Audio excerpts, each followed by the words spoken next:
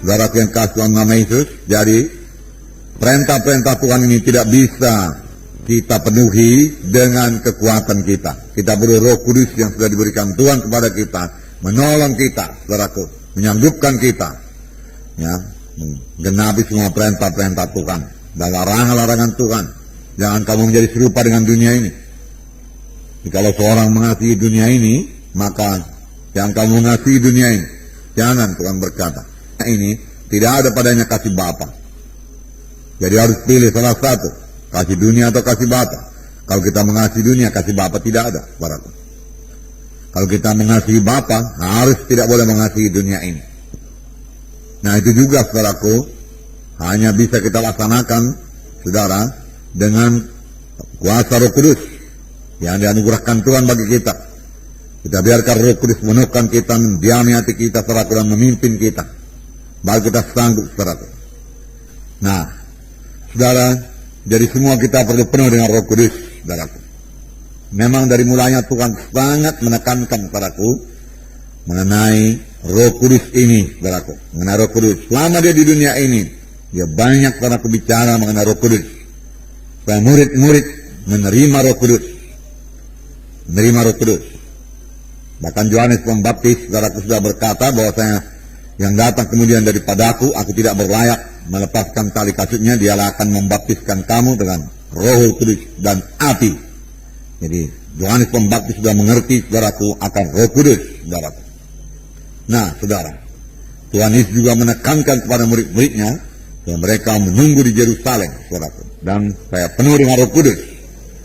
Jadi semua kita penuh dengan Roh Kudus, karena bagi kamulah perjanjian itu, dan bagi sekalian orang yang telah dipanggil Tuhan, bagi yang jauh-jauh, bagi kita lah perjanjian itu. Terlebih kita yang hidup pada akhir zaman ini, saudaraku, di mana kasih manusia sudah banyak luntur, saudaraku, di mana dunia kelihatannya menguasai segala sesuatu, dan kita tidak berasal daripada dunia ini dan tidak boleh mengasihi dunia ini. Maka kita butuh sekali, selalu, senantiasa penuh dengan Roh Kudus, penuh dengan Roh Kudus. Saudaraku, Tuhan Yesus mulai pelayanannya, saudaraku, setelah dia dipenuhkan dengan Roh Kudus. Sebelum penuh dengan Roh Kudus, dia tidak melayani. Dalam Lukas 4, saudaraku, ayat 1 dan 2. Ya, diterangkan mengenai Yesus, ya. Yesus yang penuh dengan Roh Kudus kembali dari Sungai Yordan, lalu dibawa oleh Roh Kudus ke padang gurun. Nah, di situ dia tinggal 40 hari lamanya dan dicoba iblis. Selama di situ ia tidak makan apa-apa, dan sesudah waktu itu ia lapar. Nah, saudara, dan Tuhan Yesus baru mengetahui dia puasa, ya, 40 hari 40 malam. Saya tidak tahu pasti apakah dia minum air atau tidak, saudara. Tetapi di sini hanya dikatakan bahwasanya ia lapar, dia tidak makan apa-apa. Tidak dikatakan dia tidak minum apa-apa, hanya dikatakan dia tidak makan apa-apa, dan sudah waktu itu ia lapar. Yesus sanggup melaksanakan semua puasanya dengan baik dan sanggup mengalahkan setan, saudaraku. Karena ayat pertama mengatakan dia penuh dengan Roh Kudus. Dan dia dicobai setan, saudara. Dan apakah senjatanya, saudaraku? Senjatanya ada tertulis. Ada tertulis. Dan setan kalah, saudara. Nah, kemudian dikatakan dalam ayat 14. Dalam ayat 14, dia. Dan tersiarlah kabar tentang dia di seluruh daerah itu. Mula-mula dia penuh dengan Roh Kudus, saudara. Tetapi kemudian terjadi Roh Kudus, saudaraku. Roh Kudus sudah menguasai dia. Sehingga dia kembali, saudaraku, ke Galilea. Dikatakan dia kembali ke Galilea dalam kuasa Roh.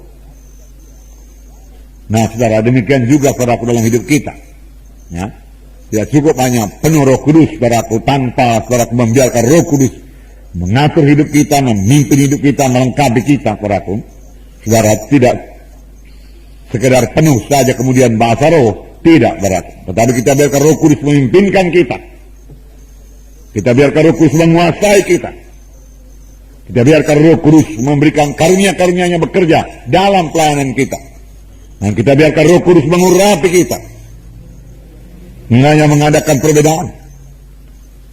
Waktu Tuhan Yesus mengajar, saudaraku, ada berkata, wah, lain sekali pengajarannya, lain daripada ahli-ahli Taurat yang lain. Mengapa dia bisa mengajar demikian? Kuncinya yaitu Roh Kudus. Roh Kudus. Dalam Lukas 4 ini juga, 18, dikatakan, Roh Tuhan ada padaku. Oleh sebab Ia telah mengurapi aku untuk menyampaikan kabar baik kepada orang-orang miskin. Dan Ia telah mengutus aku untuk memberitakan pembebasan kepada orang-orang tawanan dan penglihatan bagi orang-orang buta, untuk membebaskan orang-orang yang tertindas, dan untuk memberitakan tahun rahmat Tuhan telah datang. Ayat 20, kemudian Ia menutup kitab itu, memberikannya kembali kepada pejabat, lalu duduk. Dan mata semua orang dalam rumah ibadat itu tertuju kepadanya. Lalu Ia mulai mengajar mereka, katanya, pada hari ini genaplah nas ini sewaktu kamu mendengarnya. Yaitu kan Yesus mengatakan, Roh Tuhan ada padaku, dan Ia mengurapi aku. Jadi Yesus mengakui bahwasanya Roh Kudus mengurapi dia. Mengurapi. Kalau Yesus perlu diurapi, kita lebih perlu diurapi. Amin, saudara. Diurapi untuk apa? Ini dikatakan menyampaikan kabar baik kepada orang-orang miskin. Kelihatannya, saudaraku, kita sudah mengerti mengenai ayat-ayat keselamatan. Kita tahu memberitakan Injil. Bagaimana Yesus mati di kayu salib, darahnya tercurah. Kemudian Dia berkata sudah genap. Dia mati, kemudian bangkit daripada kematian. Ya. Dan firman Tuhan berkata, kamu ditebus bukan dengan emas dan perak, tapi kamu ditebus dengan darah yang mahal, darah domba yang tidak ada celahnya, itu darah Kristus. Haleluya, itulah Injil. Saudara, tetapi memberitakan Injil tanpa urapan Roh Kudus, saudaraku, adalah mematikan. Hanya huruf saja mematikan. Saya butuh urapan Roh Kudus untuk menyampaikan kabar baik. Sama sebagaimana Yesus diurapi Roh Kudus, baru Dia bicara. Urapan, jubah. Nah, juga saudaraku, memberitakan kebebasan bagi orang-orang tawanan. Di mana ada Roh Tuhan, sudah ada kebebasan. Firman Tuhan berkata, Roh Kudus, saudaraku, mengurapi Tuhan Yesus untuk memberitakan pembebasan.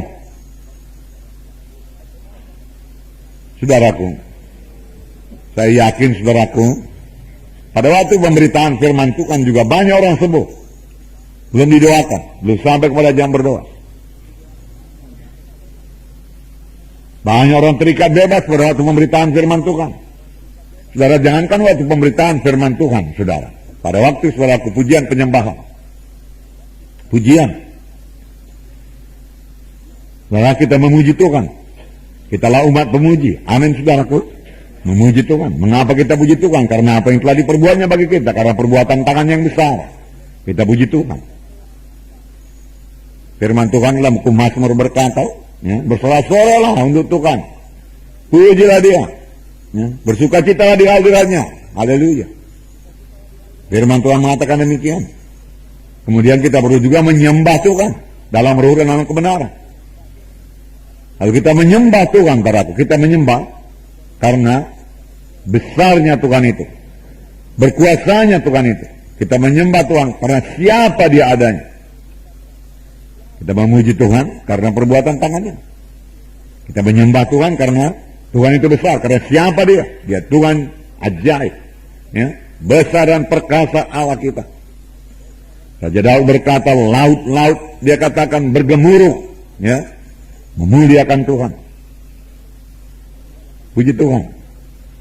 Nah, waktu pujian dan penyembahan, mereka yang betul-betul diurapi Tuhan, saya yakin banyak orang sembuh, banyak orang bebas. Amin, saudara. Nah, oleh sebab itu perlu sekali, saudara diurapi Tuhan. Dalam pelayanan saudara di kelompok saya, saudara, tentunya mau jiwa-jiwa datang dan diselamatkan, saudaraku. Datang dan dilepaskan. Saudara mau jiwa-jiwa itu berubah, saudaraku. Ya, bersandarlah kepada kuasa Roh Kudus yang mengurapi saudara.